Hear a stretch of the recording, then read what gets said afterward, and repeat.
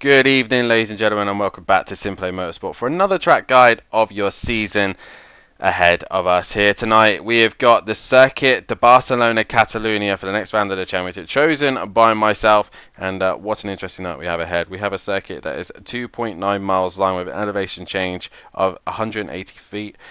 It was opened in 1991 with an FI grade 1 with 16 corners and runs in a clockwise direction. And we are joined with the Simplay Acura once again as it heads down towards turn 1, 695 meters towards turn 1 from pole position here this evening. It's a very long run down towards turn 1. Famously, where Sebastian Vettel did a dummy on Valtteri Bottas back in 2017. Once you get turn 1 dialed in, you'll be then thrown into turn 2 and 3, a very long corner where also Fernando Alonso went right round the outside of a few cars in his Ferrari. The race start is going to be very, very important here, and obviously with the long straight towards turn 1, that gives an opportunity of a slipstream towards turn 1. So race start is going to be key for opportunities to gain positions. As you can see, all the cars here jostling for position, trying to get themselves into a comfortable position so they can set themselves up for turn 1, 2 and 3. But also with turn 1, it is also a very good overtaking opportunity, as is turn 3 as well. It's all about getting your car hooked up as best you can through this sector. And as you can see, if you do get a great run down the main straight, you'll get a brilliant slipstream as the Acuras get in, and it goes down the inside of the Porsche 911, hugs the apex, and then gains that position, gets a great run through turn 2, and then heads up towards turn 3.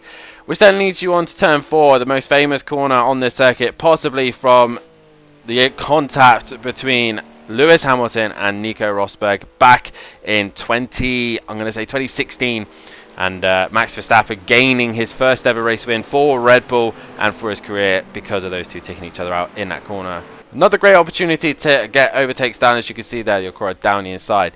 He then slings some shot into turn 5, and again another opportunity to make places as well. Not often you gain many positions here, but if you get a good enough run, as the Acura does, you can slingshot it down the inside, making sure you get a good run through this corner, because it will then set you up into 6 and 7 and 8.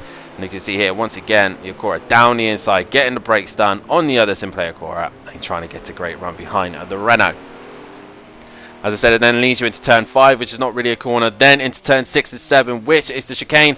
And make sure you don't run too much on that chicane, because the curves are quite lethal around there. Which then leads you up into the long right-hander of turn 7, making sure you get a great run through there, because it will give you a great opportunity to get a good slingshot down the back straight towards turn 8. And as you can see here, the Renault here, just a little bit slow for the chicane. This has allowed the Acura to get right on the rear wing of it. We get a great run through turn 7, which then gives us a good opportunity to send it down the inside of turn 8. Comes out of the slipstream, brakes at the 100-meter board, and down towards the apex we go, making sure we hit that apex, get a good run out the corner, because it will then send us up towards 9, 10 and 11.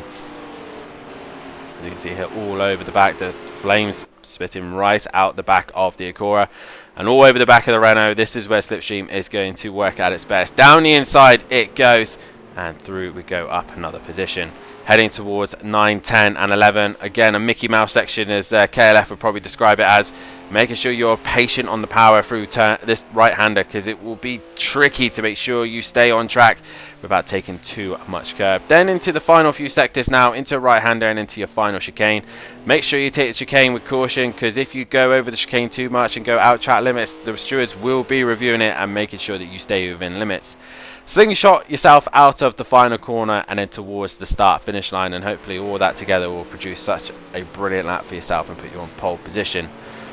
Saying that, this final sector though is very tricky to overtake. There's no real good opportunities to overtake, so you kind of have to be patient. Make sure you do all your saving of patience towards the end of this corner, because it will then give you the best opportunity to attack down into turn 1.